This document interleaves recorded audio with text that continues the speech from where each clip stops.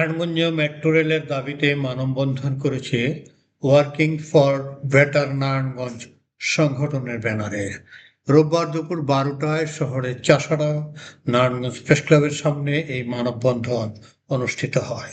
মানববন্ধনে বিভিন্ন রাজনৈতিক দল ও পেশাজীবী সংগঠনের নেতৃবৃন্দ বক্তব্য রাখেন।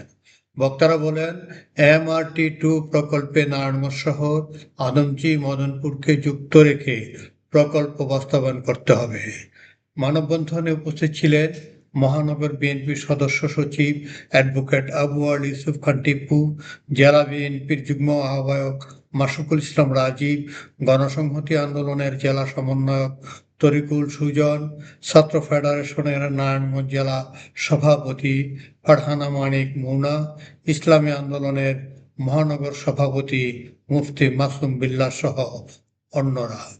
ওয়ার্কিং ফর বেটার নারায়ণগঞ্জ এর সমন্বয়ক ও মহানগর যুবদলের সাবেক সভাপতি মাকসুদুল আলম খন্দকার খুরশেদ বলেন, নারায়ণগঞ্জ একটি জনবহুল ও বাণিজ্যিক এলাকা।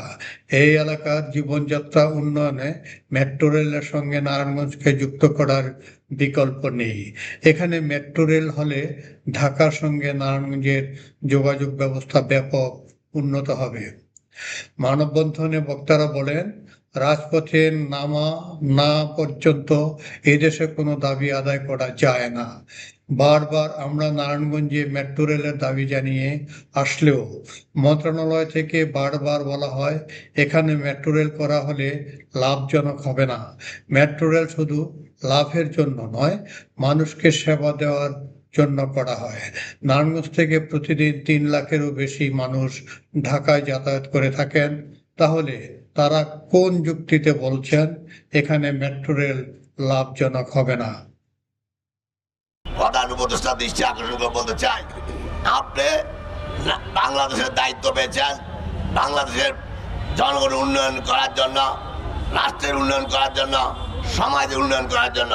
কিন্তু আপনার আমলে যদি নারায়ণগঞ্জবাসী এই সুবিধা থেকে বঞ্চিত হয়, তাহলে আমরা আপনাকে ওই ফেসিস্ট হাসিনার মতো আপনাকে বিদায় নিতে হবে।